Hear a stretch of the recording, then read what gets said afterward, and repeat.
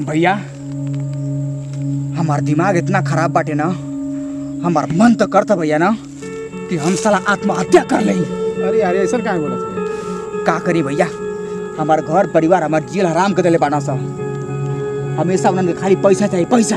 अरे यार तोर हाल हुआ हमारो हाल है, हमारो घर वाला तो बोलते हम हमके हैं तो अपन जान देके थोड़ी ना कुछ कौनो चीज हो सकेला, कौनो उपाय जो भैया गरीबी जीव का काल, और हमके साफ साफ समझ में आ गई बाटे कि मेहनत मजूरी का के ना हमन के बरवा ना उखाड़ पावल जाई। हाँ यार भैया अगर पैसा वाला बने के हो तो हमन के कुछ ऐसा करे के पड़ी, ऐसा करे के पड़ी कि रातों रात मालदार बन जाए जा। अरे यार कैसे रातों रात मालदार बन जाइबा हैं? जो उनको लड़वा पर का जंगलवा बा ओकरी बारे में सुन ले बा कि नहीं? का भाई का कहल चाहते तू? हमारी कहले के मतलब ये है भैया कि वो जंगल में बहुत पुराना खजाना गड़ल है। अब चुप रह, नाम नत ले। कुल्हड़वा और ये मर्दबा ता नहीं, गाँव वाला खाली अफवाह फैलौले हम कि वो जंगल में भूत प्रेत रहना सा, मगर हम जाना तानी सच्चाई के। हमारा के लगेला भैया ना कि जो जंगलवा में खजाना चोरौले बाना सा, खजाना चोरी ना हो जाए एकरी वजह से भूत का नाटक कैले बाना सा कि आए वाला समय में वो खजाना के निकाल के और अमीर आदमी बन जाइया सा, मगर वो खजाना हमन का चुरावल जी हमन का। तू जो भैया हम ना जाए। चुप चुप चुप चुप यार, अगर तू हमारा साथ दे दे बा तब भी कुछ बन पाओ के, नहीं तो अपनी माई बाप मेहरारू का ताना सुना और जहर खा के मरा। सोचा मत भैया, बस एक रात का बात है भैया, बस एक रात में हमारी का जिंदगी बदल जाए भैया। तो हमारे साथ दो कैसन आज राती में खजाना निकाल बल जाए कैसन भैया? ए बेटा ये का करतर सर, ये भैया ये जाई क्या करतर? अरे का खेत क्या लगा? हां ओ खेतवा देखे लिए भैया का जाई करतो तो सारी घर जा तो कुकुर का। हां अमन का ए बाबा हाय जोन को लड़वा पका जंगलवा बाटे ओकरी बारे में तो से हम कुछ पूछल चाहता नहीं। का पूछल चाहता? सुनले बाने कि वो जंगलवा में बहुत पुरान खजाना है। अरे साला ये सब धना ल तू अनि के कहियो करे चक्कर पर तर कुकुर का करे। दादा बहुत चलाक हम, अच्छा भइल समझ गेला बड़ाऊ।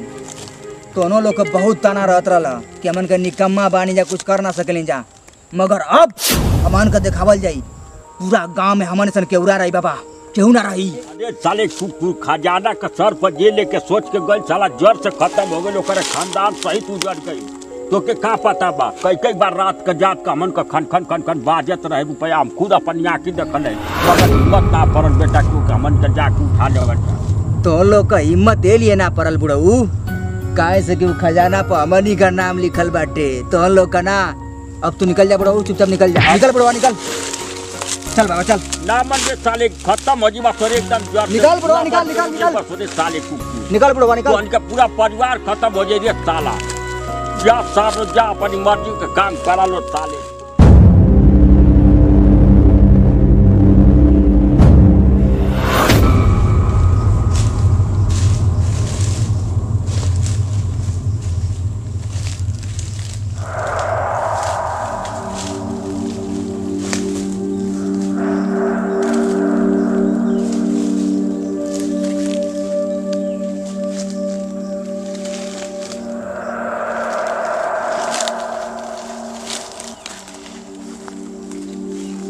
अरे यार चल चल घर ले। चुप चुप काका सही कह रहा, चल ना।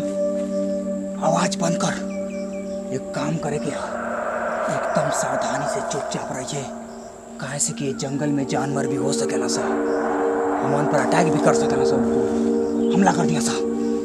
चुपचाप आगे बढ़, आज तक मालामाल होके रही भैया।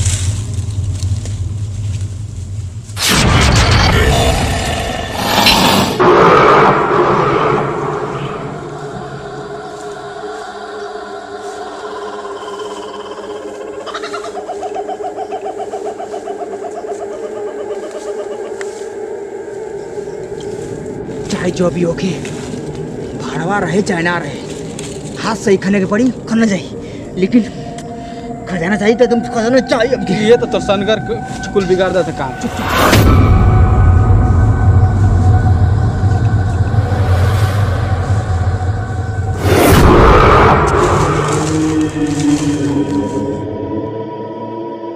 आखिर खजाना कहाँ गड़ल बा यार? अरे यार हमार तो मैदान लगे। अरे यार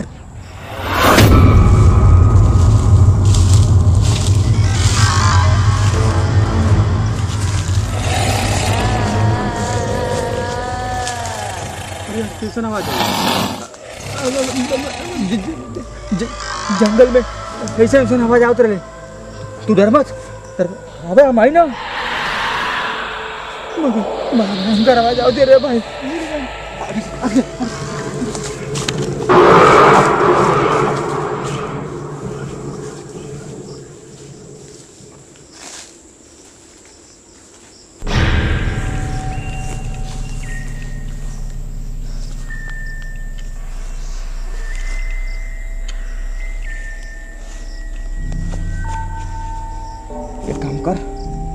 जो मैदान कर ले, हम जो खड़ा है ना, हमार मैदान सटक गेला।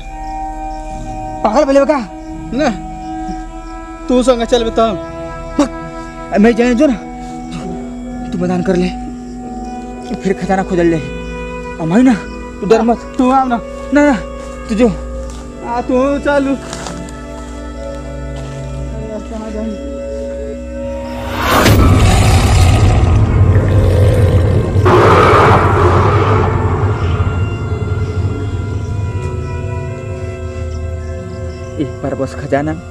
एक बार बस खजाना मिल जाए तो दोबारा जीवन में कब यहाँ ना आए। हम जल्दी आओ।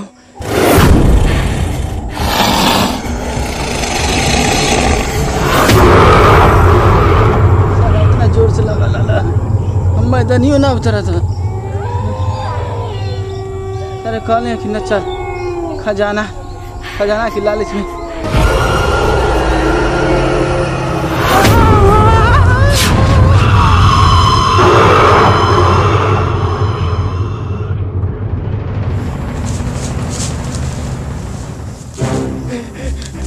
राजू, अरे बाप रे बाप, अरे भाई ये तो तेरे मुड़िया गायब हो गए, ये तेरी कपार के का हो गए, ये तेरे मुंह के का हो गए हमारे भाई। अरे बाप रे बाप, अरे भाई रे भाई, अरे बाप रे ए राजू, अरे बाप, अरे भाई रे भाई।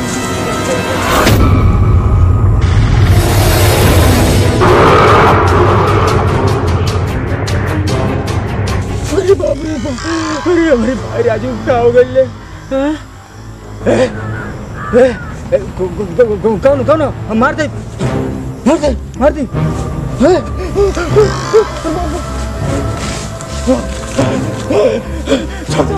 छोड़ दम के,